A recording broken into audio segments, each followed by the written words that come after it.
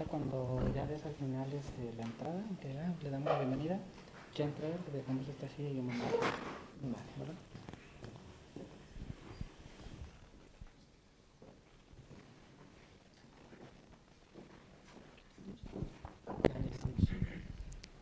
Hola, ¿se me escucha? Sí, Ok. sí, es para online. Sí, sí, no, por eso. Hola, buenas tardes desde Madrid, desde la fundación de la sede de la Fundación Sicomoro. Le damos la bienvenida a todas las personas que han venido, que han asistido presencialmente, tanto como a las personas que están online. Y bueno, estamos aquí con Miguel Ángel Calderón, CEO de Filosofía en la Red, que es la plataforma más grande en Hispanoamérica, en Hispanoamérica de filosofía en español. Y vamos a traer una charla hoy que se ha generado a través de un convenio de colaboración entre la Fundación Sicomoro, Filosofía en la Red y la Asociación de Epistemología de la Universidad Complutense de Madrid.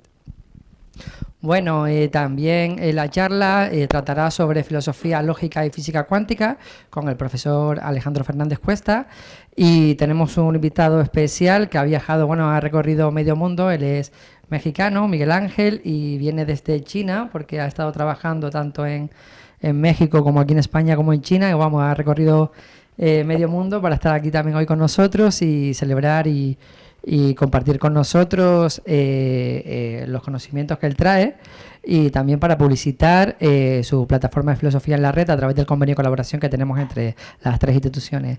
Bienvenido, Miguel Ángel, ¿qué tal? No, pues Jeremy, un gustazo siempre andar por acá, en casa, como me atrevo a decirlo en la fundación. Gracias también a Maite y a José María que nos han abierto las puertas de la fundación para recibirnos, y siempre que hacemos algún evento acá en Madrid, pues siempre tenemos en dónde hacerlo. Y pues con Jeremy siempre también aquí a la par haciendo videos y trasteos para lograr grandes invitados como tenemos el día de hoy. No sé, le decía a Jeremy que sé de física cuántica lo que sé de astronomía o de astrología, no sé, porque realmente no sé qué vamos a entender, pero esperemos que la charla nos profundice y sobre todo entender, y creo que en la actualidad esto importa mucho, el cómo la filosofía puede tener cabida en todos los campos del saber, ¿no? A veces se critica, se cuestiona que andamos metidos en cosas de metafísica, de X o y que no hacemos cosas prácticas, ¿no? Y al meterlo ya en algo cuántico, en ciencia pura y dura, en esta ciencia que tanto se premia en el mundo actual, el ver cómo la lógica y la filosofía pueden aportar a la ciencia como tal, creo que va a ser un aporte súper interesante. Y pues nada, muchísimas gracias. Igual, antes de hacer el comercial, hacer el sponsor, Filosofía en la Red, como comenta aquí Jeremy, es una plataforma de divulgación de filosofía. Publicamos artículos todos los días, artículos inéditos de grandes autores, autoras de todo el mundo. Aquí hay ahorita 2 autores por acá que escriben constantemente. La plataforma también se enfoca mucho en dar la oportunidad a estudiantes, a gente que va empezando, a gente que no ha recibido las puertas de las academias, de las universidades, para recogerlos, para recibirlos y para ir fogueándose, ¿no? Tenemos una revista, tenemos grupos de investigación, tenemos seminarios permanentes y pues bueno, estamos siempre haciendo ruido por acá. Y ya, terminando el sponsor por acá, presentamos ya directamente al profesor Alejandro, que aquí el buen Jeremy nos lo va a presentar. Sí, ahora vendrá a darnos la charla Alejandro Fernández Cuesta, que es directivo de la Junta Directiva de la Asociación de Epistemología de la Universidad Complutense de Madrid. También es el director de la Célula de Investigación de Física y Lógica y Tecnología de nuestra asociación. Actualmente es doctorando sobre lógicas cuánticas y contratado por la UCM Santander en el Departamento de Lógica y Filosofía Teórica. Ha sido profesor y asociado en lógica en la Universidad Rey Juan Carlos, y actualmente también da clases en la Universidad Complutense de Madrid. Cuando quieras, Alejandro, puedes venir.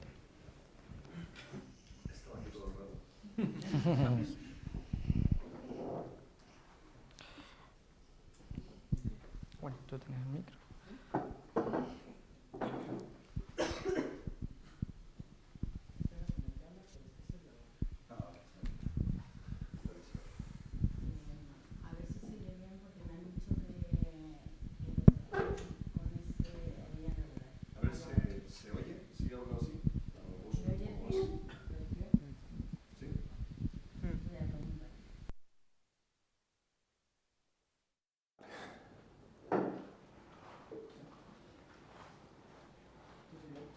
Bueno, yo voy hablando. Vale, Claro, en primer lugar, bueno, quiero agradecer a la Fundación Sicómoro y a la Asociación de Epistemología el haberse atrevido a introducir este tema.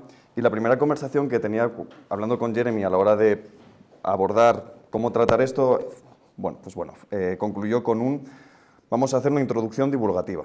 Claro, el problema está, ¿divulgativa para quién? Porque no es lo mismo si el perfil que viene es de física o de matemáticas o de filosofía.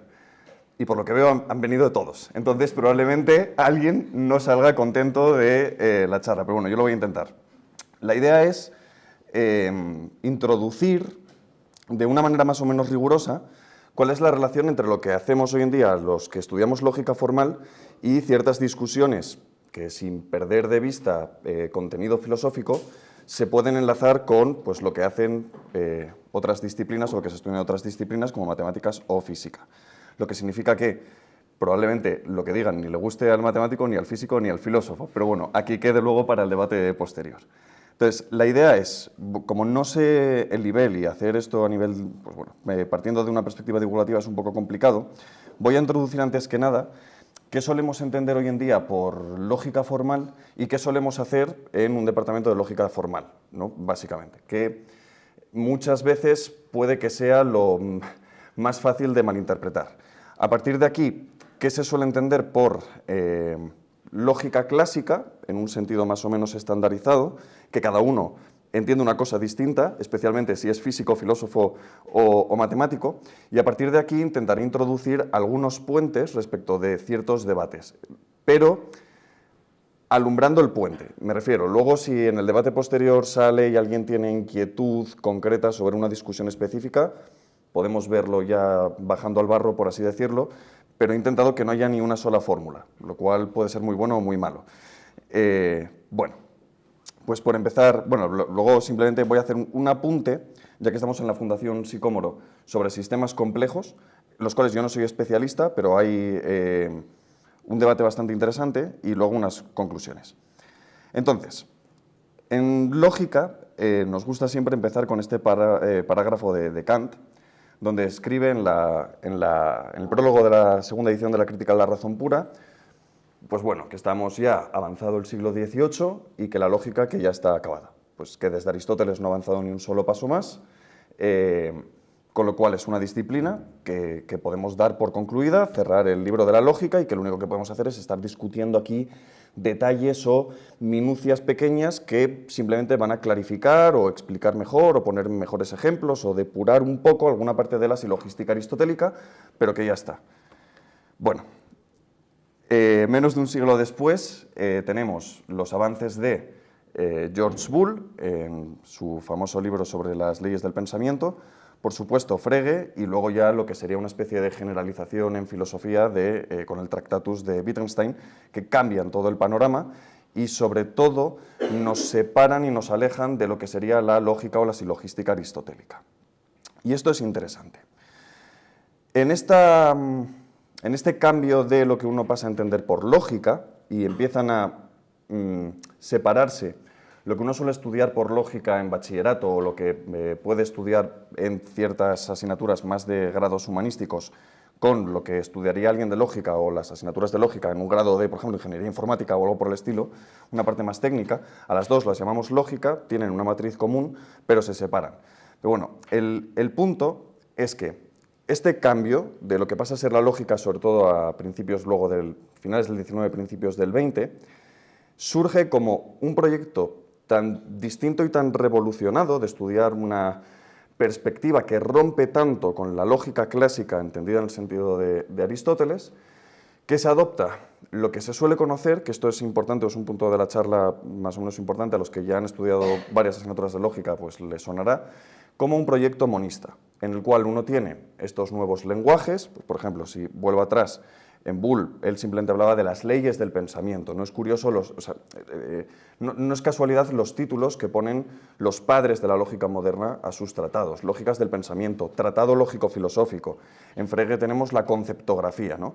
Son posturas por las cuales ellos consideraban que con estos nuevos lenguajes formales y estudios lógicos, uno iba a poder dar cuenta y razón de una especie de totalidad de la validez de ciertos argumentos o de cierto tipo de inferencias. Y entonces eso decimos que es una postura monista. Hay una lógica, es la lógica buena, no hay alternativa posible, y si estudio esta lógica y las leyes del pensamiento y las reglas con las cuales yo puedo manipular inferencias y hacer demostraciones válidas o demostraciones que sean inválidas, yo puedo dar cuenta tanto de la discusión del VAR como de la fundamentación de, no sé, una teoría de conjuntos estándar, porque la lógica es una. El problema está en que, si bien la silogística aristotélica está muy relacionada con el lenguaje natural que hablamos hoy en día todos y las discusiones del VAR, la lógica que van proponiendo estos señores se va alejando cada vez más. Y se aleja hasta un punto en el cual ya no tiene prácticamente nada que ver, y lo que uno estudia en la asignatura de lógica del grado de matemáticas o de ingeniería informática no le va a servir para la discusión del VAR, por mucho que se empeñe.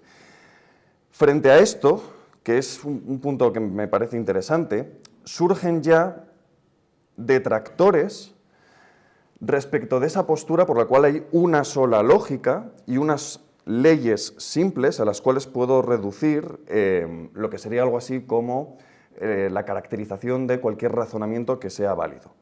Y frente a esta postura empiezan a surgir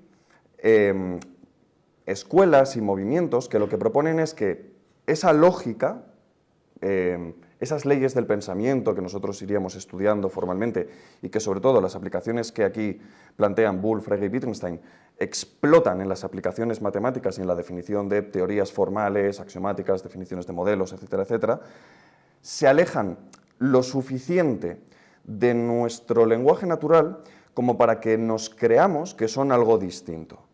Y estas lógicas formales, que no tienen nada que ver con Aristóteles, van de la mano en su origen, basta leer al propio Frege, a Bull o el Tractatus de Wittgenstein, de posturas, con muchas comillas la etiqueta, más o menos platonistas o platónicas, que diríamos hoy en día, en las cuales los objetos matemáticos son objetos reales, que uno descubre, y la lógica me sirve un poco como mapa o guía para ir viendo cómo aproximarme a estas nuevas estructuras que yo voy definiendo. Son posturas que hoy en día son bastante problemáticas, pero que, por así decirlo, simplificando mucho, esta gente decía, bueno, pues ya está, las he encontrado, ¿no? Si yo ahora puedo definir de pronto una teoría axiomática y tengo toda la matemática estándar, pues será porque esta teoría es verdad y ya está, y los objetos que estoy descubriendo existen y no hay ningún problema.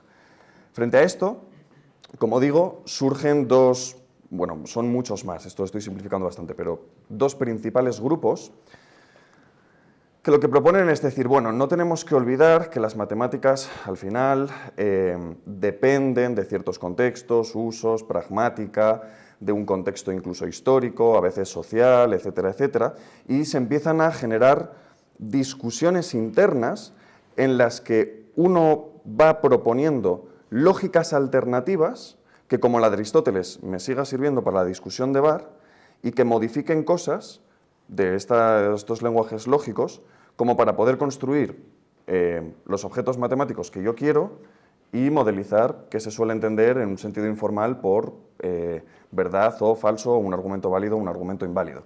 Hoy en día, la línea, que ahora lo diré, estándar es la clásica, es la de estos señores. Y cuando estudiamos lógica formal en matemáticas o en informática o en física o en química, si alguien tiene la suerte de tener una asignatura de lógica en ese grado, es desde esta perspectiva platonista. Por eso, cuando uno se adentra a luego ver planes de estudio universitarios y demás, se encontrará con que existen otras disciplinas como teoría de la argumentación y que son distintas. Y hay revistas en teoría de argumentación y revistas en lógica formal, y congresos en teoría de la argumentación y congresos en lógica formal. Eso de fondo es porque se asume la postura de que la lógica formal no me sirve para la teoría de la argumentación del discurso ordinario, y viceversa. La argumentación del discurso ordinario no me sirve para lo que yo quiero hacer con mi lógica formal. Entonces, a nivel histórico, en esta especie de cuento, los padres de la lógica formal contemporánea centrados en estudiar inferencias válidas y cosas raras que pasaban en matemáticas y en física a principios del siglo XX, consideran que hay una lógica y que esa lógica es la correcta. Claro, si yo de pronto consigo definir, yo qué sé, la noción de infinito que tantos quebraderos de cabeza venía dando desde los infinitesimales, pues si esta herramienta me sirve para definirla, pues es que está bien, no hay más. Y entonces, esta lógica con la cual yo defino estas nociones es la lógica con mayúsculas y es la lógica buena.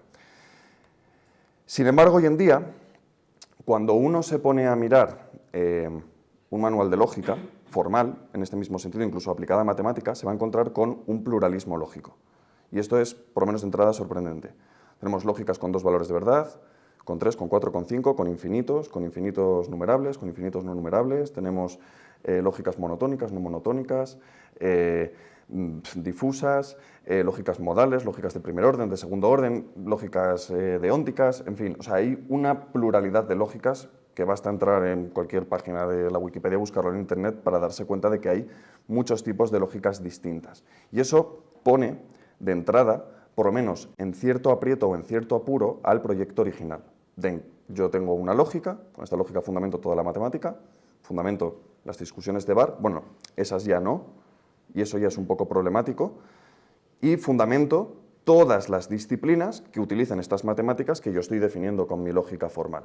Bueno, pues ya ni siquiera tenemos eso, y eso, ese límite que uno se encuentra a nivel pragmático es relativamente interesante a nivel filosófico, porque por lo menos plantea la necesidad de que el lógico que vaya de la mano con Frege y con Boole y con los padres de las lógicas modernas y que haga la lógica estándar, tenga que responder a por qué esta lógica me sirve para decir cuándo un argumento es válido o no lo es en un contexto de una demostración matemática, pero no lo es en un contexto de una discusión de bar, y sobre todo qué significa eso o qué implica, ¿no? Este es el punto crucial. Susan Haack, filósofa de la lógica pragmatista muy interesante, propuso decir, bueno, vamos a dividir toda esta jungla de distintas lógicas que tenemos en 2 tipos. Tenemos lógicas divergentes, que son proyectos también monistas, que consideran que hay una lógica, que es la lógica buena, y que lo único que buscan es sustituir esta lógica nueva, que ha desterrado la postura de Aristóteles, por una que a lo mejor sí que nos sirva, ¿no?, para volver a compatibilizar la discusión de Bar, o con una que me permita atender a lo que hace el físico, o con una que me permita definir unas matemáticas no estándar que me interesan por lo que sea. Y luego tenemos otra serie de lógicas distintas que lo que hacen es ampliar esta lógica clásica, que es la que nosotros estudiamos en la carrera, poniendo o añadiendo ciertos detalles que me pueden resultar útiles para algunas aplicaciones o algunas nociones. Sin embargo, hay una tercera posibilidad, que es de la que voy a hablar hoy aquí, que es, y ya lo adelanto, el proyecto en el que surgen las llamadas lógicas cuánticas, por el cual la lógica clásica de Frege, Boole, etcétera, etcétera, que no es la aristotélica, es una, proyecto monista, es la buena, es con la que puedo definir todas las matemáticas, sin embargo, no es a priori. No es un conocimiento que yo obtengo simplemente de manera ajena a mi conocimiento experiencial del mundo, y por lo tanto rompe con esos compromisos que mencioné antes como platónicos o realistas que iban de la mano de estas primeras lógicas. La idea es básicamente la siguiente: todo conocimiento es empírico, yo necesito del mundo para poder establecer un conocimiento, no hay conocimiento a priori, ni siquiera principios lógicos, tengo tantas lógicas que es fácil encontrar una que quiebre cualquier principio que yo pensaba que era una ley lógica. Principio de identidad o tercio excluso, bueno, va a haber una lógica no clásica que no respete ese principio, ¿no? Entonces, la idea del debate en torno a las lógicas cuánticas, sea lo que sea esto, que ahora lo diré, surgió en esta idea de decir, bueno, si no hay un conocimiento que sea inmutable y eterno y que sea independiente totalmente de mi conocimiento de la experiencia, si de pronto yo desarrollo una teoría y en esa teoría estoy trabajando con matemáticas y en esas matemáticas estoy utilizando una lógica que no es la lógica clásica, entonces puedo decir que tengo motivos para mejorar o cambiar mi lógica clásica. Y esta es la idea del proyecto de lógicas cuánticas. Habitualmente fácilmente malinterpretable como una lectura del lenguaje natural de la física cuántica, que no va de eso. Uno puede coger una teoría física cuántica, explicársela a su colega en español y decir, pero esto no tiene sentido. ¿Por qué? Porque una cosa no puede estar y no estar en el mismo sitio a la vez, pero la ecuación funciona. Bueno, la ecuación funciona es lo que le interesa al lógico, no la lectura en lenguaje natural. Y el argumento de la lógica cuántica es, en ese la ecuación funciona, utilizamos ciertas álgebras que no son clásicas y eso me permitiría modificar mi lógica clásica, que es lo que voy a introducir aquí ahora un poco, más o menos, sin entrar en definir las álgebras ni nada, pero bueno, como digo, luego si queremos bajamos al barro. De lo que he dicho muchas cosas. La primera confusión es qué narices entendemos por lógica clásica. Y aquí cada uno entiende lo que quiere, básicamente. No digo que eso esté bien, pero basta coger un artículo de lógica cuántica o de puertas lógicas cuánticas, computación cuántica, ciertas partes un poco más abstractas, que todos van a empezar con la misma frase. La lógica clásica no me sirve. Y siguiente frase, bueno, ¿qué se entiende por lógica clásica? No se define. Entonces, es interesante ver que, dependiendo de qué entendamos por lógica clásica, cuando hablemos de lógicas cuánticas y de la relación entre lo que hace el filósofo y el físico, mediada por lo que hace el lógico, vamos a tener resultados distintos. La primera opción, lógica clásica, es Aristóteles. Aristóteles en el sentido amplio, incluyendo Aristóteles, todos los comentaristas aristotélicos, incluyendo los esquemas medievales que se hacen, incluyendo los desarrollos de Kant. Por ejemplo, Kant decía en el primer párrafo que ponía, bueno, se han perfilado algunos detalles, bueno, pues incluyendo esos detalles. O Aristóteles en sentido histórico, ¿no? Los tratados que escribió el propio Aristóteles sobre lógica, que se suele llamar normalmente más específicamente la silogística o el órgano aristotélico, que no me interesa y de la que no voy a hablar para nada porque asumo que la ruptura durante el siglo XX es tan radical que si tenemos que empezar a confrontar ya directamente con Aristóteles, no acabamos y no introduzco ningún tema, pero es interesante también hasta cierto punto. Luego, lo más habitual, sobre todo esto es para los físicos, se suele entender por lógica clásica una lógica de enunciados, de orden cero, que es la que proponía Boole. Una lógica que es la de bachillerato, la de SIP entonces Q, donde yo tengo simplemente tablas de verdad, una semántica bastante pobre, no puedo hacer teorías de ningún tipo porque no tengo modelos, no tengo cuantificación, no tengo variables ni tengo constantes.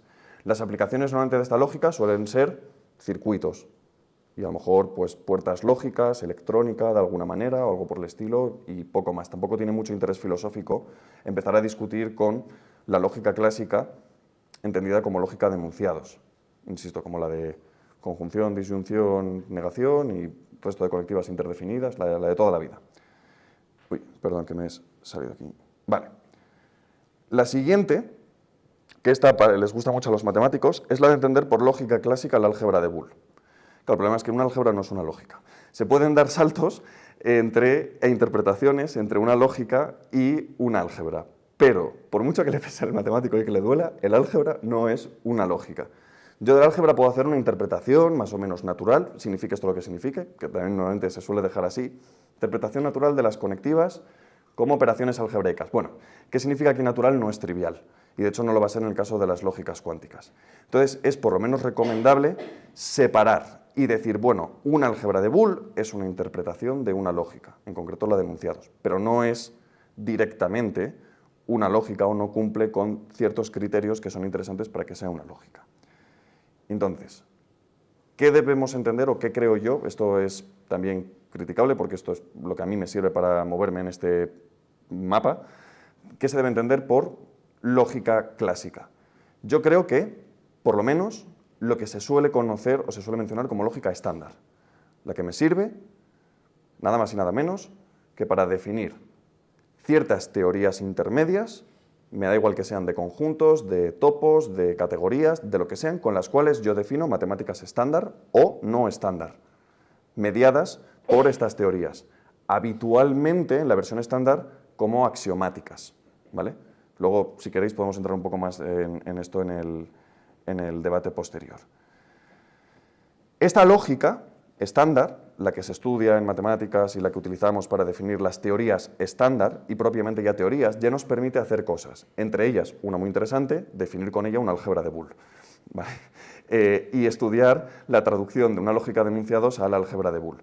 Pero sobre todo nos permite definir de manera exhaustiva y filosóficamente relevante nociones como noción de teoría o noción de modelo de teoría. Y esto ya nos empieza a interesar, porque aquí ya podemos empezar a tender puentes entre lo que hace un lógico y lo que hace un matemático de matemática aplicada a física o un físico teórico, me da igual cómo queramos plantearlo. Porque uno ahora va a poder empezar a estudiar desde el punto cero de la construcción del lenguaje lógico las teorías estándar con las cuales se definen los modelos que queremos. Y aquí es donde entran las decisiones que ya tenemos que tomar en nuestra teoría.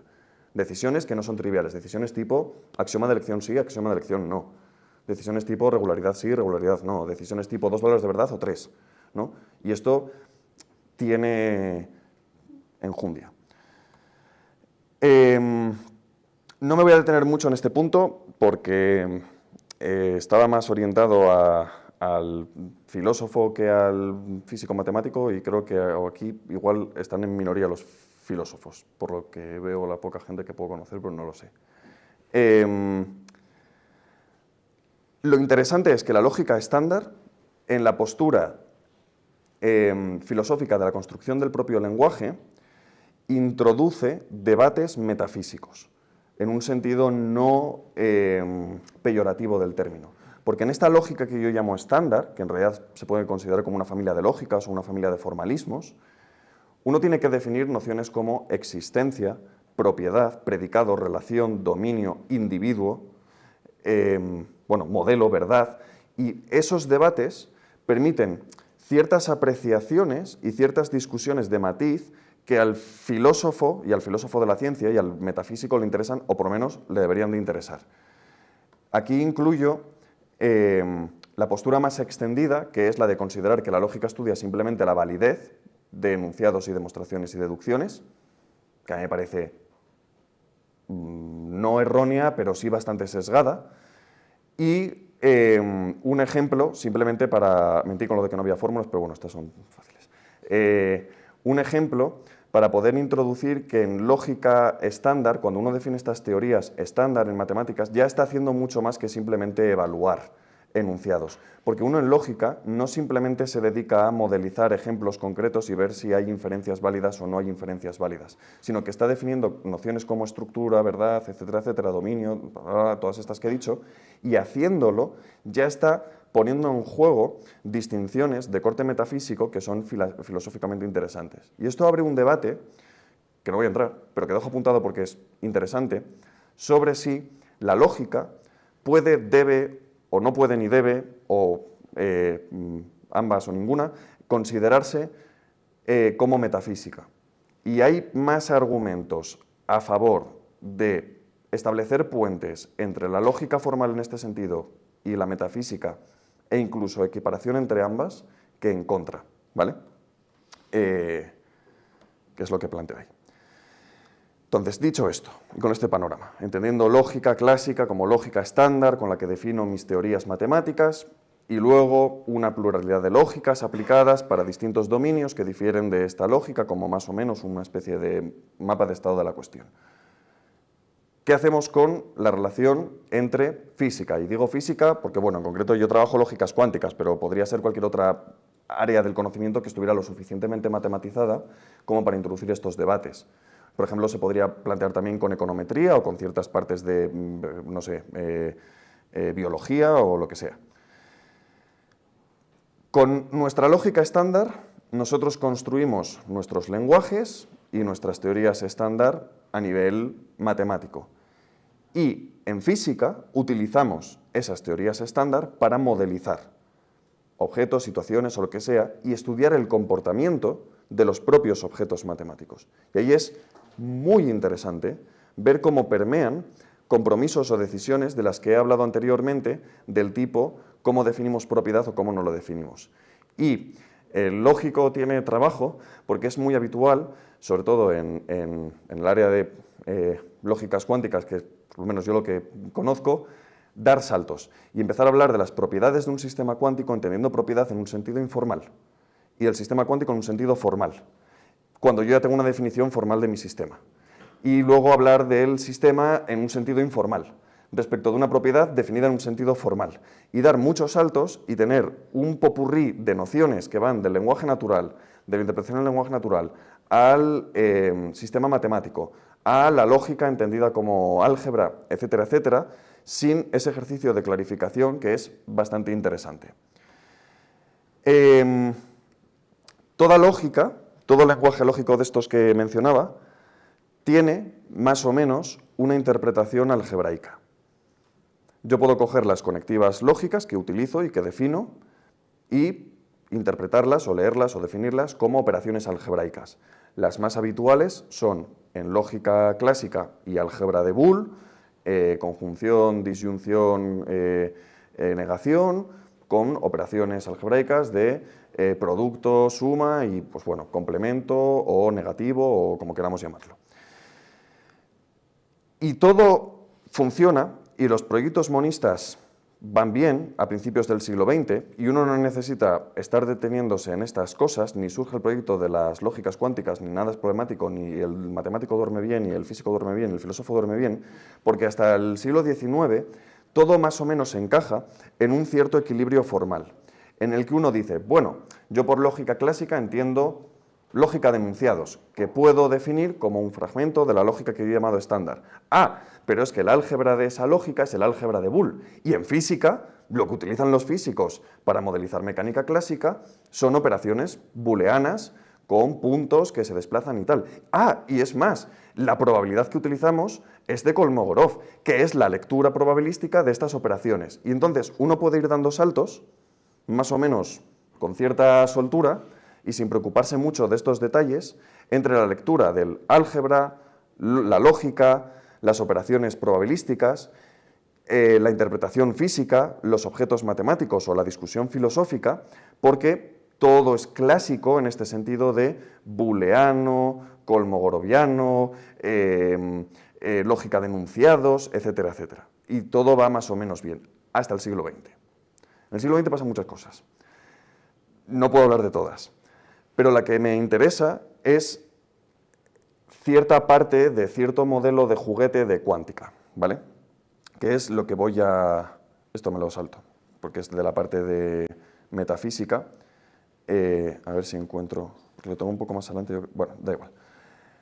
En cuántica, uno empieza de pronto a utilizar un formalismo en el que para describir no se sabe muy bien qué, el álgebra que está utilizando ya no es el álgebra de Boole.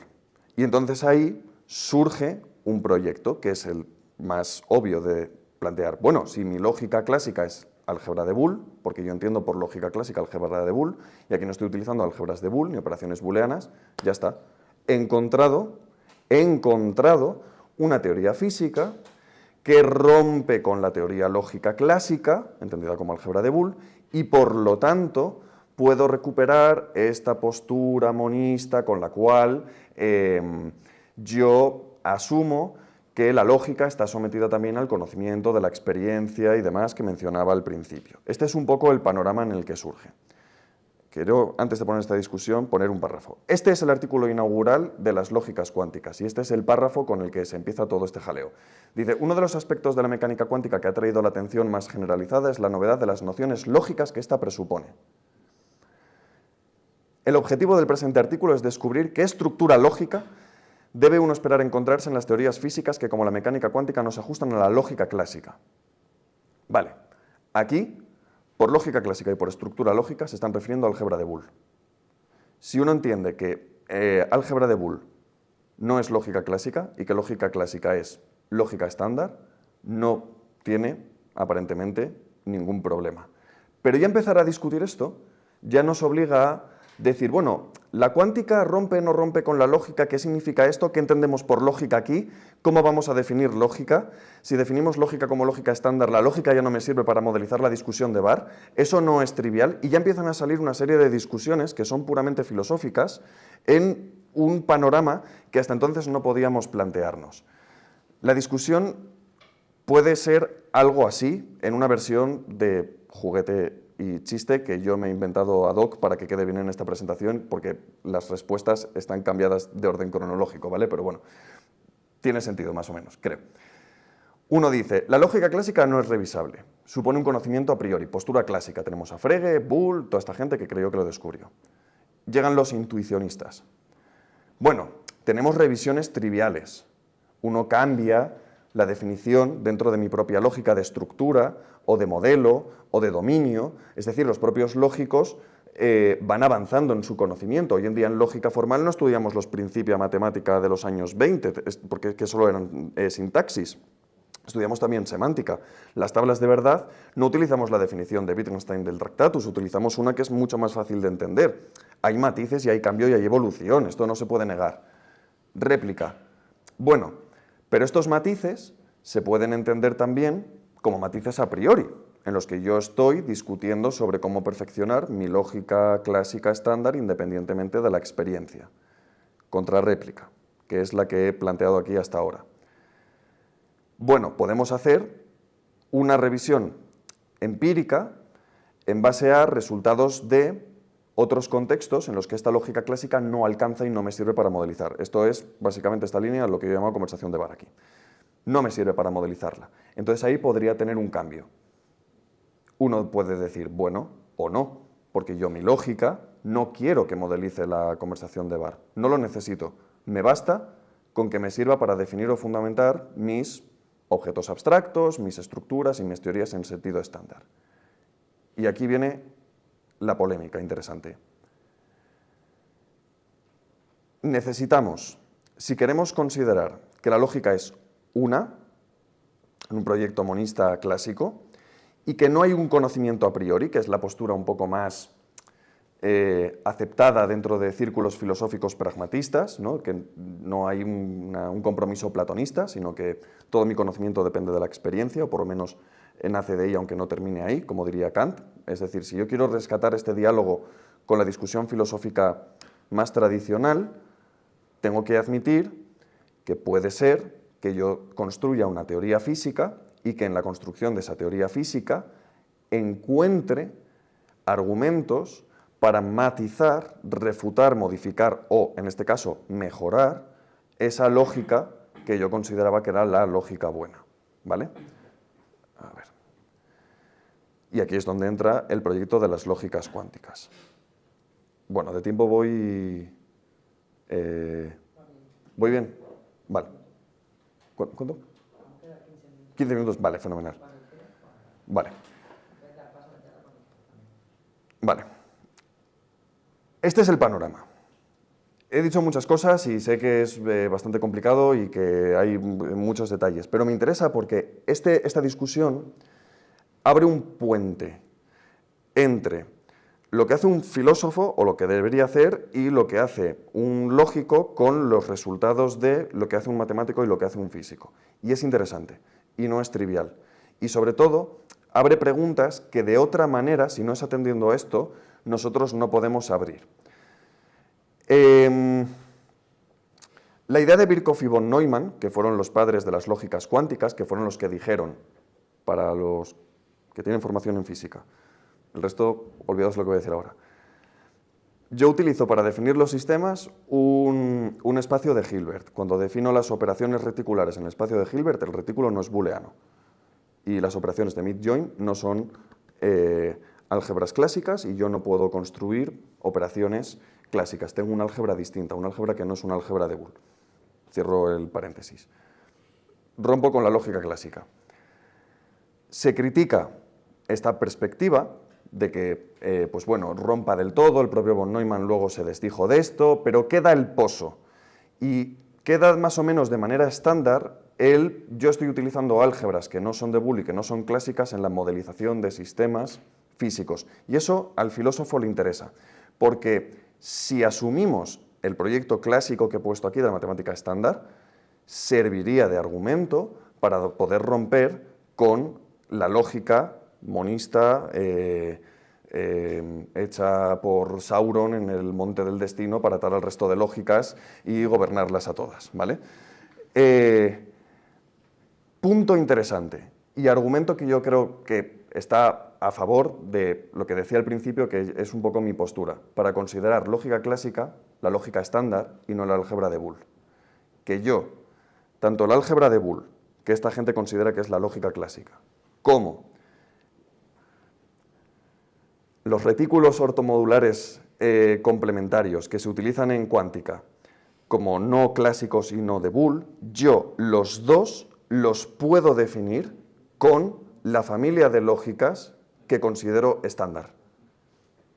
Ese es el punto crucial y es filosóficamente relevante, aunque lo pasemos por alto. Porque yo puedo, con mi lógica estándar, que no me sirve para la discusión de Barr, definir estructuras matemáticas, entre ellas el álgebra de Boole, entre ellas el retículo ortomodular que voy a utilizar en cuántica.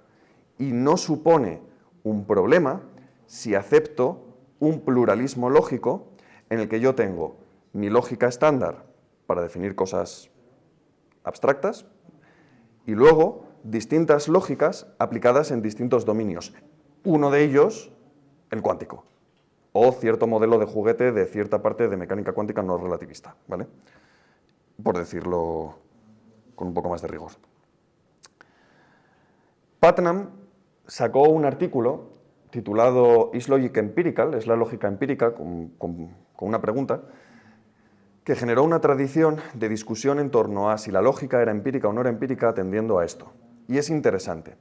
Putnam planteaba lo siguiente, decía, algunas verdades necesarias, o sea, estas comillas Putnam las utiliza en el sentido jocoso de necesarias, como presuntamente necesarias de la lógica, pueden volverse falsas por razones empíricas, dice él. La lógica es, en un cierto sentido, una ciencia empírica, es muy tajante. Y él plantea, en este artículo lo plantea y luego lo desarrolla en otro posterior, que se llama Pensando, la traducción será algo así como Pensando lógico-cuánticamente, una metáfora con la geometría. Y él dice, vamos a ver, igual que yo tenía una geometría clásica y llegan una serie de señores que empiezan a quitar el postulado de las paralelas y ver que surgen un montón de lógicas no clásicas que en principio parecen una aberración para el geómetra clásico, pero luego resulta que llegan otra serie de señores que empiezan a aplicarlas en contextos físicos con éxito, en lógica nos ha pasado lo mismo. Tenemos una lógica clásica, ciertas lógicas no clásicas que se han ido modificando como álgebras raras que nadie sabe muy bien para qué sirven, y de pronto unos señores que las aplican con éxito en física. Pero, el problema de la propuesta de Putnam es que como la lógica es empírica para él, tiene que dar cuenta también de la discusión de Barr, tiene que dar cuenta también de la fundamentación matemática de estas cuestiones, tengo que hacer modificaciones en mi lógica que me permitan respetar todo lo que yo ya había avanzado con la lógica clásica. Y esto Putnam no lo consigue, spoiler, le sale mal. Pero mola el debate, porque abre una línea que hasta entonces no se había planteado. A Putnam se le echa en cara que él, de hecho, el argumento principal de Putnam es decir, he conseguido o se puede conseguir mantener la lógica que yo he llamado aquí clásica estándar, incluyendo las definiciones de las operaciones cuánticas, dicho así mal y pronto, y mantener todo lo que tenía ya con la física clásica y ahora además estas cosas nuevas. Formalmente no lo consigue del todo, pero establece ya un debate muy interesante en el que deja la carga de la prueba con un panorama que no es muy tranquilizador, porque uno tiene que admitir, uno, pluralismo lógico. Bueno, vale, podemos pasar. Dos, que tengo una lógica que llamo clásica y que llamo estándar, que me sirve para definir teorías matemáticas, pero que no me sirve para modelizar las teorías del Barr. Tres, un montón de lógicas raras que sí me sirven para modelizar a veces la lógica de Barr, las discusiones de Barr, una de las cuales utilizo en cuántica. Vale, la de cuántica la puedo definir desde la estándar, pero las otras no. Pregunta, ¿Y si hay una lógica de lógicas que incluya mi lógica estándar y la lógica cuántica y el resto de lógicas y me permita dar cuenta absolutamente de todo? Eso se trabaja hoy en día y es interesante. Y hay proyectos monistas de lógicas muy extrañas, con cosas raras de narices. Hay proyectos también que plantean hacer los cambios en otros puntos. Pero ya tenemos el puente para conectar lo que hace el metafísico, discutiendo sobre si es todo idéntico a sí mismo o no, con lo que hace el lógico, diciendo, bueno, vamos a definir aquí que para todo x es igual a x y entonces esto es una tautología en mi lógica bivalente, con lo que hace el algebrista, viendo que álgebras pueden respetar este principio, y finalmente las aplicaciones, en un debate que yo creo que es bastante bonito. Pero tiene muchas aristas. Otro debate, que no lo conozco a nivel de profundidad, plantea otra cosa completamente distinta. Simplemente quiero introducirlo y ya llego a las conclusiones y pasamos al debate. Otra línea absolutamente distinta planteó volver al principio y decir, bueno, todo mi conocimiento es empírico. Vale. Las matemáticas yo las construyo en base a mis resultados físicos. Es decir, si yo tengo una estructura aquí algebraica muy rara, muy loca, que tiene cosas con números hipercomplejos y octoniones por ahí que no se aplicará a nada y que no tiene ningún tipo de utilidad, esa estructura no existe. Y yo solamente voy a admitir y construir y trabajar con estructuras matemáticas como filosóficamente relevantes cuando las voy extrayendo de aplicaciones en distintas disciplinas. Es un empirismo lógico radical actualmente. Y este empirismo hoy se apoya en un punto muy interesante que es el de la modelización de la complejidad. El argumento que plantean, dicho mal y pronto, es el siguiente. Cuando describimos sistemas del mundo, en sentido amplio, vago y erróneo, pero bueno, más o menos, cuando describimos sistemas del mundo o la fenomenología que yo tengo de estos sistemas, yo tengo sistemas lineales, física clásica, ¿vale? Física cuántica también, ¿vale? Tengo que no me plantea ningún problema y que puedo modelizar. Tengo sistemas caóticos, que son deterministas, péndulo, ¿vale? Que puedo modelizar también, con cierto carácter predictivo, haciendo más o menos cierto equilibrio. Pero luego tengo un gap, un vacío de sistemas complejos que no estoy sabiendo modelizar del todo. Y hay autores que proponen, ¿y si estamos ahora exactamente igual que estábamos en el siglo XIX, cuando íbamos con Aristóteles de la mano, y para definir las nociones de infinitesimal y estructura y número complejo y todas estas cosas, generamos una lógica distinta que nos permitió generar estructuras y teorías axiomáticas muy bonitas, más o menos, para poder solucionar todo esto? Y entonces dimos ese cambio radical y nos hemos montado todo esto que llevo contando yo aquí hasta ahora con Frege y toda esta gente, y ahora estamos en el mismo punto en el que en lugar de infinitesimales tenemos sistemas complejos y lo que necesitamos es un nuevo cambio, dicen ellos, de matemáticas para poder modelizar estos fenómenos en la perspectiva empírica, de manera que tengamos una nueva lógica, también empírica, que dé cuenta de todo esto. Y ese debate también está abierto y es bastante interesante. Normalmente el debate se suele centrar en matemáticas y habla de matemáticas. A mí me parece interesante plantearlo desde la perspectiva de lógica detrás de esas matemáticas y ver si es posible o no es posible. A mí me parece un poco exagerado, no tengo claro del todo que esto sea así, pero también lo podemos discutir luego en el debate posterior. Yo lanzo la pregunta de, ¿se necesitaría una nueva lógica en el caso de que lo que esta gente llaman unas nuevas matemáticas para la complejidad fueran construidas o no, o me valdría con la lógica que yo ya tengo? Estamos exactamente igual que cuando íbamos con Aristóteles y tuvimos que abandonarlo para construir nuestras teorías axiomáticas de conjuntos, me da igual cuál, y ahora estamos simplemente ciegos con esto y de pronto necesitamos algo lo suficientemente distinto como para poder modelizar todo esto. ¿Es realmente la complejidad un agujero en estos puntos o no lo es? Eso también es un debate que lleva a las mismas discusiones que el de las lógicas cuánticas, sobre si la lógica es empírica y la relación entre el formalismo y tal, por otro derrotero completamente distinto, normalmente con biólogos de la mano, y que parece apuntar al mismo debate, lo cual me resulta interesante.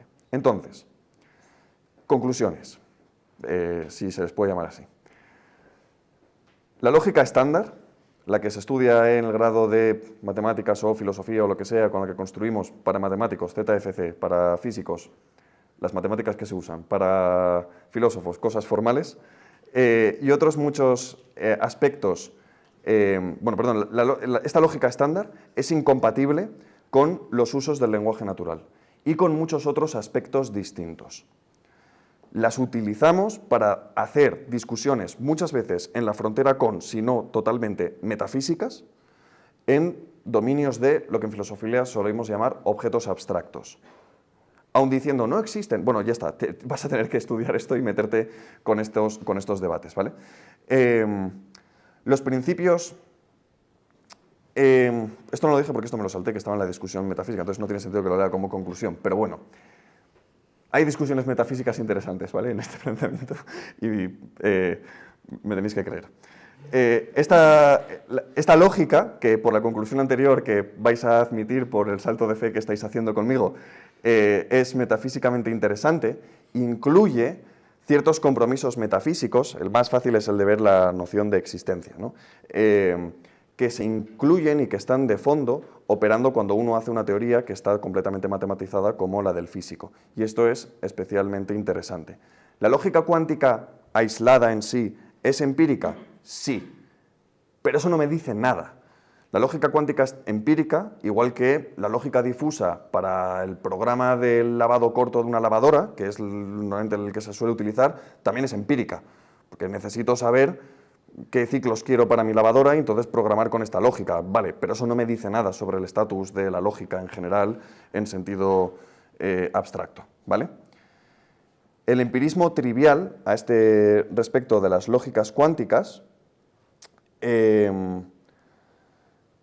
tal vez sí que se podría, y hay autores que lo proponen, superarlo, separándose de los que proponían estas lógicas cuánticas, de Birkhoff y von Neumann, el parrafito ese que leí, yéndose a otras interpretaciones distintas de la mecánica cuántica, diciendo, bueno, es que aquí estáis con Copenhague y si esto lo leemos realmente desde aquí, sí que hay álgebra de Boole y tal.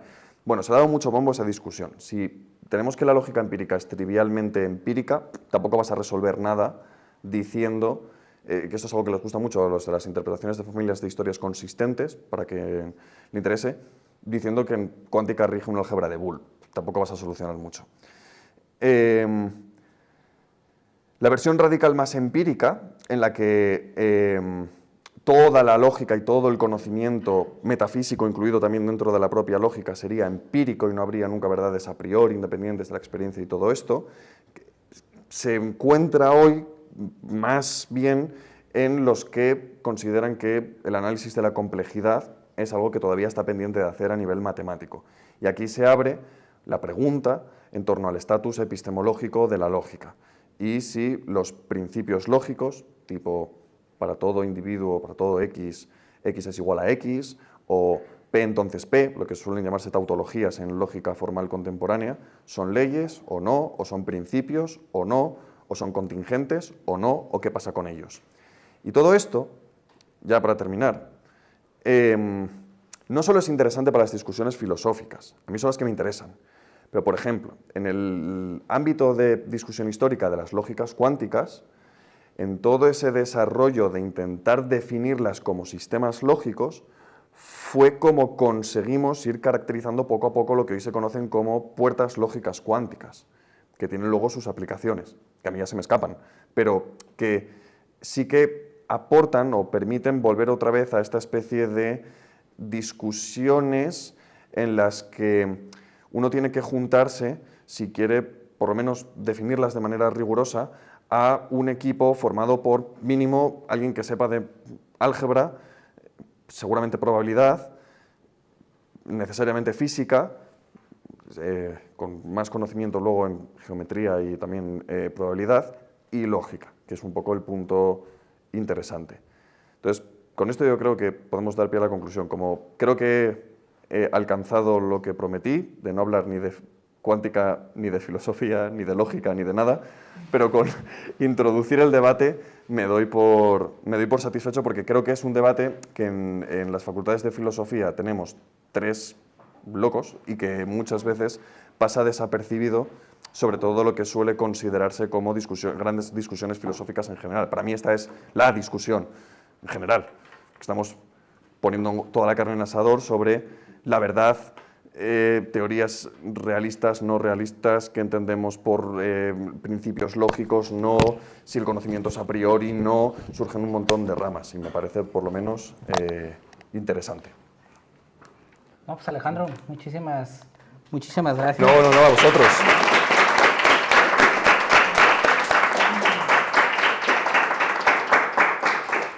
Y antes de dar pie a las preguntas y dejar de tomar agua, porque has hablado mucho, agradecerle primero a todos los que están nuevamente aquí presentes. Gracias por tomarse el tiempo en lunes en venir hasta acá.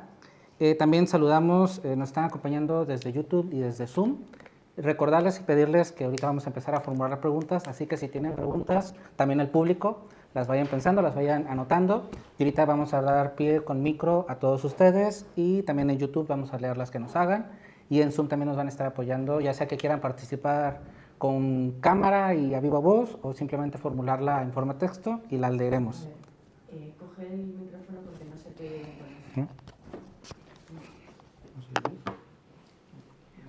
¿Mejor? Hola, hola. ¿Mejor? A ver. Bueno, repetimos. Resumiendo, hagan preguntas, sí, ahorita las hacemos. Y saludamos, nos han visto desde Buenos Aires, justo también desde Guadalajara, México, también nos están acompañando, desde España, simplemente general, desde Barcelona. Así que bueno, tenemos ya algunas preguntas. Yo te voy a hacer una que quizás la más lógica dentro de las que te hacen o de las populares, que es todas estas cosas de lógica, metafísica, toda esta... En la vida de la persona real dices que querías difundirlo o para uno, para otro, para una persona normal, una persona de a pie. ¿Para qué sirve tanta cosa que nos has dicho? Para completamente nada, pero eso es maravilloso. No sirve para nada, pero en el buen sentido, o sea, me refiero. Que me voy a poner sentimental. Aristóteles, claro, yo he sido muy cruel con él y he hecho que nos lo cargamos, no completamente, pero Aristóteles, una de las cosas que me parece que plantea muy bonitas es el de considerar que las grandes discusiones, ¿no?, sobre las causas primeras, la filosofía primera o última, dependiendo de si hablamos primera por naturaleza, última para nosotros y todo esto, él dice tienen que ser inútiles porque el momento en el que estén subordinadas a algo, pues siempre va a haber luego una pregunta posterior por ese algo en torno al cual la subordinamos. Quiero decir, si por ejemplo yo esto digo, bueno, y esto es útil porque me sirve para hacer un ordenador cuántico. Bueno, ya, pero entonces la utilidad, o sea, la siguiente pregunta va a ser, ¿y qué es un ordenador cuántico? ¿Y para qué me sirve la computación? ¿Y por qué quieres hackear la blockchain, ¿no? ¿O por qué quieres...? Y siempre va a haber una última cuestión. A mí esto me parece interesante, aunque me ponga un poco emotivo, pensar que son muchas discusiones que, sí es verdad que luego va a haber siempre preguntas posteriores, pero que están en ese límite en el que no sirven para nada en el buen sentido, de que no tiene utilidad, pero está bien que de vez en cuando hagamos algo que tampoco la tenga. Que luego la tienen, ¿no? Pero no como fin, sino por casualidad. Es un poco el... Oye, hay algo que me llamó mucho la atención al principio, que estabas comentando esto de las fórmulas. Siempre en la escuela, en el cole nos dicen, es que tiene que funcionar, si funciona 2 más 2 es 4 y ya está. Y tú dices, ok, que funcione, pero también hay que entenderlo. ¿Cómo quizá rompemos esta entidad en donde funciona, pero no lo entiendo, pero entonces debo de entenderlo, pero que no funciona? ¿Cómo podemos partir de allí? Sí, hay un ejemplo que yo suelo poner siempre en las clases que doy, en los cursos de lógica, porque claro, siempre surge yo qué sé, estás 4 meses estudiando lógica y al final del todo defines un número natural. Entonces es como, ven, llevamos 4 meses y hemos conseguido saber qué es el 0. Ya se nos abre aquí un abanico, ¿no? Y claro, la gente dice, bueno, jolín, claro, yo no sabía que esto tenía toda esta fundamentación y toda esta discusión de fondo, y es verdad, en el colegio, por lo menos pues yo que sé, en España, yo recuerdo cuando yo estaba en primaria, tú te lo memorizas. Tú dices, más por más, más por menos, menos. Y entonces el pobre profesor, la pobre profesora que está explicando, que ha estudiado magisterio, pues claro, va a hacer el equilibrio que pueda, buscando los ejemplos de los manuales de texto para explicar todo mediante ejemplos, diciendo, bueno, un número negativo es como, bueno, vamos a aprender a sumar, sumamos con manzanas, entonces un 2 son 2 manzanas, tal, perspectiva empírica, ¿no? En realidad esto le gusta mucho a esta gente. Pero llegan los números negativos. Es como, bueno, un número negativo es como una deuda. Entonces tienes que empezar a ver cómo explicas, cómo sumas una deuda con manzanas, ¿no? Y ya el niño normalmente empieza a liarse. Llegas a bachillerato, números complejos, dices, vale, ya está, aquí no hay ejemplos posibles, ¿no? Aquí, bueno, vamos a ver las coordenadas polares, tal, ya, pero ¿cómo pienso esto? ¿No? Entonces, es verdad que es muy difícil, o es un debate actual, y hay muchos autores en matemáticas y en lógica buscando maneras de hacer exposiciones intuitivas de teoría de conjuntos o de estas discusiones de lógica, en las cuales de manera más o menos didáctica se puedan como introducir estos debates sin tener que apelar a pura memoria, que es un poco como funciona, por lo menos en España, que yo es lo que conozco, no sé si en otros países de pronto ya se estudia con mucho más detalle. Pero claro, eso es un problema gordo que hay, porque tú necesitas en matemáticas en la escuela aprender a sumar, multiplicar, integrar, dividir y hacer matrices. Claro, si tienes que ponerte a estudiar la fundamentación última y explicar el axioma de elección a gente de niños de 8 años, pues claro, obviamente, pues eso estaría hasta penado con cárcel, ¿no? Es un problema porque, claro, todos estudiamos de memoria una serie de cuestiones casi de manera dogmática. Si uno tiene suerte, luego puede llegar a ciertos momentos en los cuales alguien, casi a veces contingentemente, se las explique o lea un libro en el que vea los fundamentos que hay. Pero claro, es problemático, porque yo no sé cómo se puede equiparar. Porque si desde la escuela todos aprendemos estas cuestiones así más de fundamentación, salimos sin saber dividir, ¿no? Claro, no lo sé. O sea, hay que vivir con ello, y es verdad que es un poco duro y pues bueno, desde lógica nos quejamos y decimos, claro, es que en el colegio no se enseña lógica, pero claro, es que tampoco es hasta qué punto es viable, ¿no? Pero sí. Hablaste también mucho del binomio, ¿no? De los matemáticos, de los lógicos, de los físicos y todos estos. Y bueno, más o menos decías que no veías tanta gente de filosofía por acá. ¿Cómo entramos entonces los filósofos? Porque yo vendía esa idea. Yo dije, no, aquí vamos a entender cómo la filosofía le entra a la ciencia, le entra a la lógica y a la... ¿Cómo entramos los filósofos realmente ya a estas ondas más profundas? Echando horas, no nos queda otra, no, pues, a ver, normalmente, o sea, la postura clásica del filósofo suele ser la de decir, bueno, yo solo conmigo mismo me sirvo y me basto para poder coger un manual, estudiármelo y poder aprender de biología, no sé qué, y desde mi atalaya filosófica que no está subordinada a nada y entonces estoy aquí preguntando cosas que no tienen utilidad en el buen sentido, miro por encima a ver qué hacen el resto, ¿no? Esa postura está bien, pero es verdad que hoy, dentro de todos los males y de todos los problemas que hay en la academia, una cosa con la que se lucha cada vez un poco más, creo, o debería, no lo sé, luego no es real, pero por lo menos sobre el papel, es el tema de trabajar en equipos mixtos. En el sentido de, yo puedo, por ejemplo, ponerme a estudiar física, pero yo por mucha física que estudie, no voy a tener el conocimiento y el know-how este que dicen ahora de que va a tener un físico de laboratorio que echa 8 horas allí trabajando con los formalismos, que ve ciertas conexiones o ciertos puntos que yo no voy a poder llegar.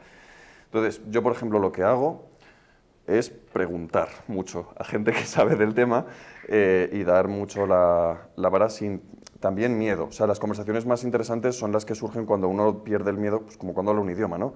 Pierde el miedo a hacer el ridículo y pierde el miedo a estar con alguien que es de física o de matemáticas y hacer una pregunta relacionada con cierta cuestión de, oye, pues no entiendo esto, ¿no? Pues no lo veo, no lo tengo claro. Y, bueno, vale, pues... Y de manera inversa también. Uno luego se da cuenta de que, pues eso, igual que nadie va a nacer hablando un inglés perfecto C2 y que se aprende probando por ensayo-error, uno no puede desde filosofía abarcar toda la mecánica cuántica, ¿no? Entonces tendrá que ir preguntando a gente que sepa, básicamente, un poco como un parásito académico o algo por el estilo. Schrödinger tiene un artículo precioso en el que le hacen, bueno, es como una especie de entrevista que le publica, y él decía, yo soy un escritor negativo. Decía, yo escribo contra. Yo no propongo nada, yo cojo algo que alguien ha escrito y lo critico, ¿no? Y digo, aquí esto está mal, aquí esto está tal, y entonces busco paradojas. Esa metodología parece una chorrada, pero a nivel, para estos debates es muy útil. Entonces, a lo mejor, si uno trabaja preguntándole al físico y al matemático, y viceversa, ¿no? El matemático preguntándole al lógico y al filósofo, oye, esta discusión metafísica no la tengo clara, a veces hay tales enredos y tales confusiones conceptuales por parte del del filósofo que publica sobre filosofía de la física sin saber física, del físico que publica sobre lógica sin saber lógica, etcétera, etcétera, que es muy fácil generar equipos de deshacer enredos.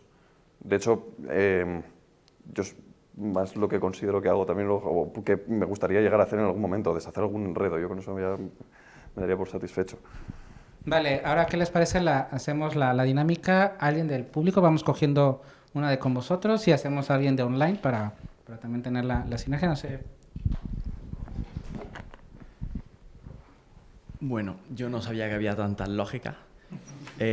Aquí la banca de delante, no sé si hay alguien más, pero somos biólogos. Ah, mira, qué bien. Y Qué bien, qué bien. venimos de ahí, de biológica. Y... ¿Me lo acerco más? Sí. Vale.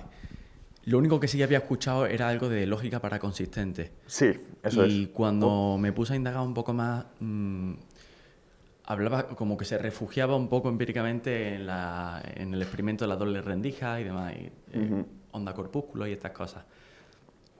A mí me pareció que una solución muy fácil, que no sé si se le había ocurrido a alguien de esta gente que había propuesto esto, era decir que simplemente había estado 1, estado 2 o estado indeterminado. No tienes que decir que está spin más un medio menos un medio a la vez, que te rompe un poco la cabeza.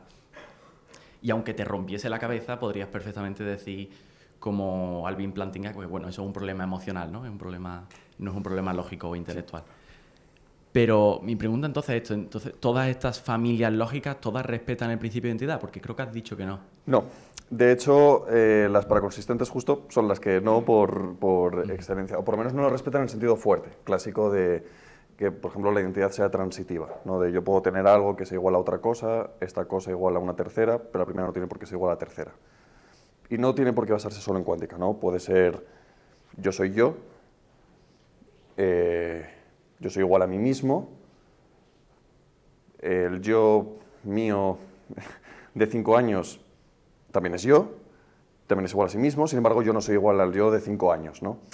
Se buscan ejemplos de este estilo en los cuales uno empieza a darle vueltas y va viendo que hay ciertos problemas. El proyecto paraconsistente es interesantísimo, porque va de la mano, por decirlo en general, un sistema es consistente si en el sistema consistente no hay, si una lógica es consistente si no hay contradicciones. Una lógica es paraconsistente si dice, bueno, hay ciertas contradicciones, por ejemplo, en cuántica, ciertas lecturas o ciertas interpretaciones, o paradoja de Russell o paradoja del mentiroso, que yo puedo construir de manera legítima y que simplemente si quiero desechar y quiero desterrar es por mi prejuicio aristotélico con el principio de contradicción.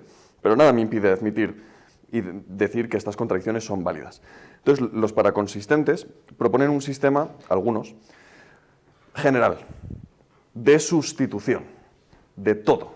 Hay teorías de conjuntos paraconsistentes, hay lógicas cuánticas paraconsistentes, hay luego discusiones internas entre los paraconsistentes o no, y son bastante interesantes. Un debate actual, abierto y bastante presente dentro de las discusiones contemporáneas es la alternativa justamente entre estas lógicas clásicas y las paraconsistentes, ¿no? Entonces, frente a la lógica estándar, el paraconsistente, claro, no solamente admite la interpretación de, yo qué sé, una partícula que puede estar en un estado de entrelazamiento, como estando y no estando en cierta situación, en una lectura natural como una contradicción legítima, sino muchas otras. Por ejemplo, el mentiroso, es la más fácil. Dicen, esta frase es mentira, vale. Si es verdad que es mentira y es mentira. Si es mentira que sea mentira y es verdad. Contradicción. Pero nada me impide construirla. Es natural. Igual que el fotón, en estado de superposición cuántica. Luego desterramos esto.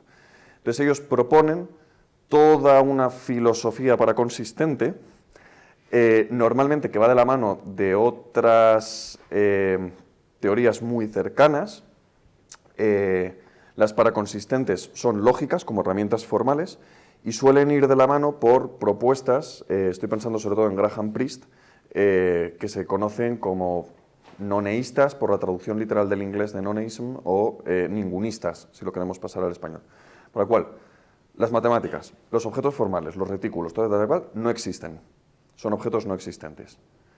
Son cosas que nosotros nos hemos montado en nuestra cabeza. Solo existe aquello que tenga interacción causal con otra cosa. Entonces proponen otro sistema completamente alternativo. Es interesante y actualmente está abierto el debate sobre si incluso hay una matemática paraconsistente o no. No solo una cuántica, sino todo, cambiarlo todo.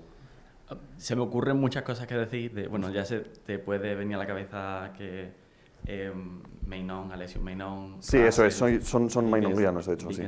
Eso es.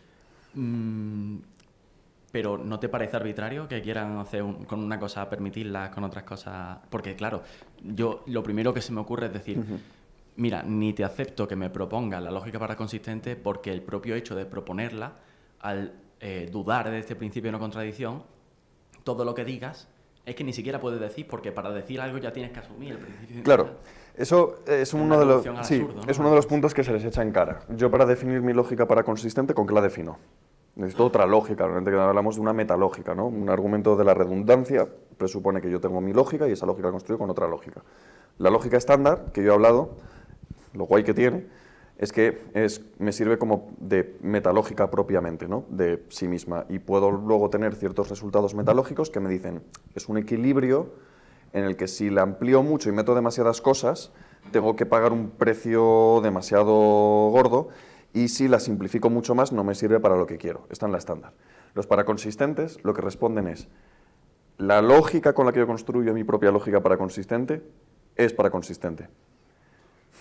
Entonces, Entonces no puedes afirmar nada nunca. No, puedes afirmar cosas y a veces afirmar otras que son también las contrarias, porque hay contradicciones que son válidas. Pero el propio hecho de afirmar, ya. O sea, no Sí. quiero acaparar el micro. Pero... No te preocupes. No, pero claro, o sea, la lógica paraconsistente hay que entender que es un proyecto que quiebra el principio de contradicción.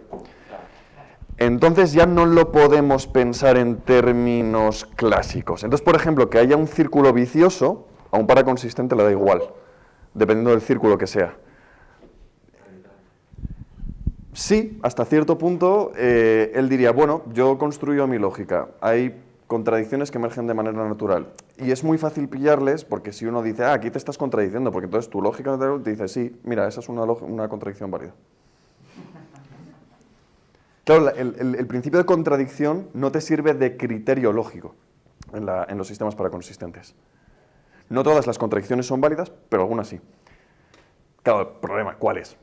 Yo creo que no hay todavía un criterio, no han dado un criterio sobre qué contradicciones admitir y cuáles no, y esto es un problema que tienen, pero es algo que se discute hoy en día. Bueno, Alejandro, te traslado una pregunta de alguien que está escuchando. ¿No crees que habría que admitir el principio de no contradicción como mínimo, o sea, como un a priori minimalista? He cambiado mucho y probablemente dentro de 3 meses me desdiga de lo que voy a decir ahora, pero yo creo que por lo menos a día de hoy sí, porque la matemática estándar que tenemos sí que lo asume. Y las matemáticas con las que yo trabajo, aunque en cuántica defina ciertas propiedades que cumplan y no cumplan, lo que sea, todo eso de fondo siempre está asumiendo una lógica que sí que introduce ese principio de contradicción. Ahora que si la semana que viene sale una teoría axiomática de conjuntos paraconsistente con el cual defines todo, yo me tengo que desdecir y ya está. Pero a día de hoy yo creo que sí, que sí que hay un mínimo de verdades lógicas que nosotros admitimos que están incluidas, porque utilizo esa lógica estándar en todas las teorías físicas, como contradicción e identidad, que si quito la matemática que me queda, no tengo claro que me sirva para lo que yo quiero que me sirva. Porque luego, por ejemplo, los paraconsistentes, una mini trampa que hacen a veces, es decir, Mi lógica paraconsistente tiene la lógica clásica, donde está el principio de contradicción, y luego todo este dominio. Y lo que pasa es que cuando hacemos física estamos aquí y dices, ya, bueno, claro, pero si yo luego todo esto que tengo aquí no me sirve para nada, pues tampoco puedo ofrecer argumentos de peso a favor de la paraconsistencia, ¿no? En ese sentido yo creo que sí, pero es bastante polémico y es algo que se discute además en concreto con el principio de identidad. Yo no creo que la cuántica en concreto, además que sería como el ejemplo que se suele coger, a lo mejor iría más por otros ejemplos, no creo que la cuántica sirva para quebrar ese principio. Es la propia matemática. Es que luego pues, voy a tener un montón de herramientas más formales dentro de la propia teoría, no solamente el retículo ortomodular de Hilbert de no sé qué. La propia definición de número complejo que estoy utilizando necesita el principio de identidad. Entonces yo creo que sí.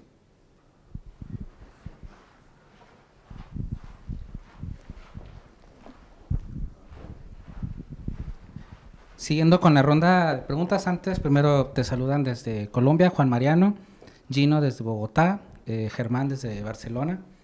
Y tenemos una pregunta de Florencia desde Buenos Aires. Ella nos dice, entonces, ¿esta relación metafísica del álgebra booleana haría referencia a enunciados de metateoremas clásicos? Sí. Sí, porque la metalógica que yo voy a estar utilizando en la física por lo menos estándar, incluida la cuántica, va a ser clásica a nivel metalógico. Y de hecho, de momento que yo sepa, no hay una alternativa de una lógica divergente que proponga un proyecto sustitutivo de cero que nos dé las herramientas suficientes como para poder construir lo mismo que yo puedo hacer con la lógica estándar clásica. Pero sí, la metalógica sería clásica. ¿Alguien del público tiene alguna pregunta que quisiera hacer? Jeremy.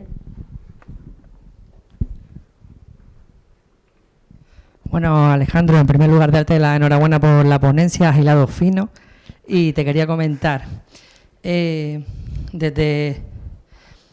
pregunta es un poquito epistemológica, en plan, después del teorema de Gödel, de que la lógica no es lógica y empiezan ya a descomponerse lo que viene siendo la esencia de la naturaleza de lo que viene siendo la propia lógica como una lógica empírica, se dan estos avances en camino hacia una lógica pragmática, ya que no se ajusta necesariamente a la realidad. ¿En qué lugar deja a la lógica en ese sentido?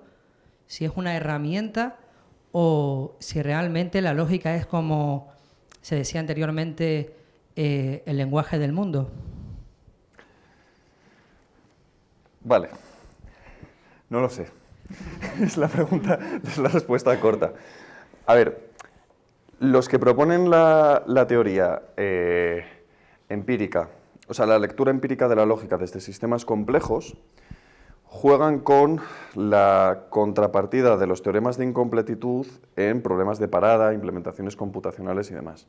Entonces, lo que plantean es decir, algo así como, en los teoremas de incompletitud tengo argumentos para poder considerar que esas teorías estándar que yo estoy construyendo en esa aritmética estándar o la geometría estándar con esta lógica estándar, podrían dar más de sí si cambiara la manera en la cual yo estoy definiendo la propia aritmética. El punto interesante es que los teoremas de incompletitud, los originales de Gödel, no afectan a la lógica.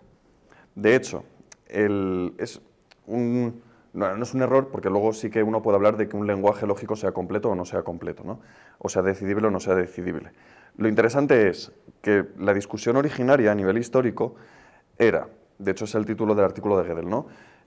Sobre teorema de incompletitud para PM, los principios de matemática, y sistemas afines. Y uno empieza a leerlos y las respuestas o las definiciones, normalmente, pues, en Stanford Enciclopedia o en la Wikipedia, donde sea, ponen, dado un lenguaje de primer orden estándar, uno dice, vale, y una mínima aritmetización, el primer teorema de incompletitud estipula que, bueno, ¿qué es esa mínima aritmetización? ¿No? Porque ahí uno ya no está trabajando sobre la propia lógica, sino sobre las teorías que construye con la propia lógica. Entonces, lo que echa por tierra ese es por lo menos el relato oficial en lógica, ¿no? Lo que echan por tierra los teoremas de incompletitud y la contrapartida del problema de parada es el proyecto de Hilbert, que es formalista y se parece mucho más a la postura, bueno, voy a decirlo bien. Uno a principios del siglo tiene más o menos 3 movimientos: logicismo, formalismo e intuicionismo, ¿vale? Logicismo es de lo que yo he hablado aquí, Frege y toda esta gente. Hay verdades objetivas más allá de mí, que son lo que Frege llamaba el tercer mundo, que no están en mi mundo interno y tampoco son verdades espaciotemporales, y con lógica podemos aprehenderlas o capturarlas, decía él, lo que sea. El intuicionista dice, bueno, esta gente que consideraba esto ha llegado a objetos raros de narices, objetos que no tienen contrapartidas en la realidad y objetos que no son intuitivos y que rompen con Kant y con Aristóteles, y eso no me gusta, porque a nivel metafísico yo no entiendo qué narices estoy haciendo. Entonces tengo que proponer otra lógica distinta que sustituya esta lógica y se replanteen. La tercera opción era el formalismo, y era un poco la más pragmática o la más pragmatista, aunque Frege también tiene ciertas lecturas pragmatistas que están cada vez más de moda, que planteaba algo así como decir, bueno, cuando uno hace matemáticas lo único que hace es manipular cosas, siguiendo reglas que le digan cómo manipular esas cosas, y la lógica simplemente es la definición de las reglas con las cuales manipulo cosas. Es como un juego. Tan matemáticas es el juego del ajedrez, como el juego de la vida, como la aritmética de piano. Simplemente cambian las reglas, que yo en unos casos llamo axiomas, las operaciones con las que trabajo y las cosas que estoy manipulando. No hay nada detrás, no hay nada de fondo. Igual que no tiene sentido preguntarse si en el juego de la vida o en el ajedrez una célula, una casilla o una pieza como el rey es real o existe o no, tampoco tiene sentido preguntarse si el 2 existe. Nadie filosóficamente va a obsesionarse con decir, no, detrás de las reglas del ajedrez, que si yo no cumplo ya no estoy jugando ajedrez, sino que estoy jugando a otra cosa, lo que tengo es la definición ontológica de un rey que existe en sí, que yo descubro cuando planteo, no parece que exista esa postura. Entonces el formalista dice, bueno, lo que tenemos aquí son reglas que me sirven más, me sirven menos. Ese proyecto, que sería el más compatible, creo, con la postura pragmatista, junto con ciertas lecturas también de Frege, es el que socavan los principios los metateoremas de incompletitud. Porque el problema que tienes es que, por el segundo teorema de incompletitud, ningún sistema con una mínima aritmetización puede definir su propia consistencia. Dicho en castellano, yo no puedo estudiar la propia aritmética ni el ajedrez haciendo ajedrez.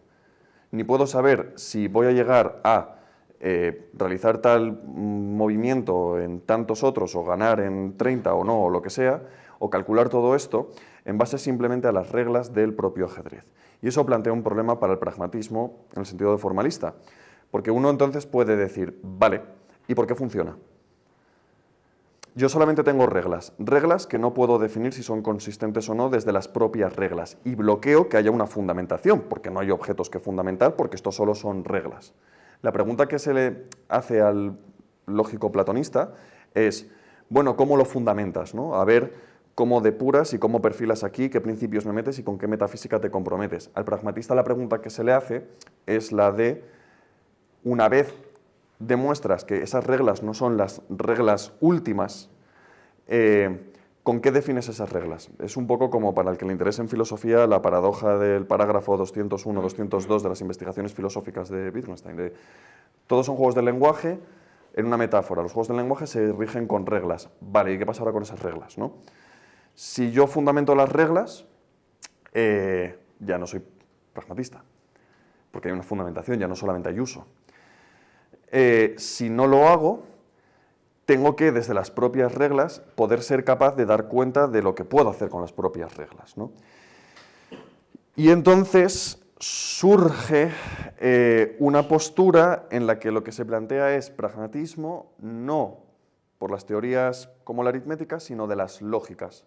Y pluralismo lógico y pragmatismo van mucho de la mano en este punto de decir, bueno, una lógica para cada cosa, ¿no? Dependiendo de lo que yo quiera hacer. Pero eso no es incompatible con decir, la lógica que quiero para la cosa que es definir mis teorías formales es la estándar. Y vuelve otra vez a surgir el debate metafísico sobre Platón. Y volvemos otra vez a logicismo, formalismo, intuicionismo y el mismo debate. Probablemente no te he respondido, pero es interesante. O sea, esa es una de las preguntas. Sí, te he entendido. Es como intentar justificar la existencia y no puede partir de que la propia existencia no puede ser a la vez premisa y conclusión. Claro. Entonces ya se argumenta una lógica de segundo orden en el que empiezas a justificar la lógica de segundo orden y te vuelve a pasar lo mismo y necesitas otra lógica y ahí está el... Bueno, entonces quería decir que, bueno, me pongo por aquí para despedirnos. Por aquí en el medio. Dar las gracias a todos los asistentes que han venido aquí, también a los asistentes que se encuentran online. Dar las gracias a la Fundación Sicómoro, a Maite Agujetas, a su presidente José María Fuster, a Miguel Ángel, el CEO de Filosofía en la Red, también a Alejandro Fernández Cuesta, que es profesor de la UCM y de la Asociación de Episteme. Y quería también decir que quien quiera participar en nuestra célula de investigación o dentro de la Asociación de Episteme, pues puede entrar en la web, inscribirse y solicitar más información, que también vamos a ayudarles a formarse dentro de la universidad, darles un valor añadido que no se encuentra en las clases y claro, y también tenemos la oportunidad de escribir en Filosofía en la Red, que con el coordinador que tenemos, el nuevo presidente de la Junta de Grado, Samuel Iglesias, y estaremos trabajando para ayudarles y poder darles más seminarios, charlas, conferencias. También decir que hay más preguntas que se encuentran en las redes sociales, pero debido al tiempo, si quieren que las envíen por correo y que nos sigan en redes, se las hacemos llegar. Claro, Eso es. y Alejandro y hacemos una segunda parte. y si solo quieres, eso. no sé, si quieres, Alejandro, podría grabar la respuesta y la subimos. Sí, yo encantado, sí. Eso sin estaría problema. muy bien, ¿verdad? Sí, sin problema. sobre todo se queda una pregunta de Juan Mariano, Juan Carlos, acá en YouTube. Vale. Entonces, Pues las dejamos de fenomenal. tarea al profe y la subimos ya no sea en Instagram, que nos sigan Filosofía en la Red. Ahí vamos a subirlo en formato historia para que, bueno, si nos siguen, la subimos. Pues nada, muchísimas gracias y ahora los que estamos aquí vamos a disfrutar de una cerveza, que nos lo merecemos. Eso es. Bueno, un saludo, muchas gracias.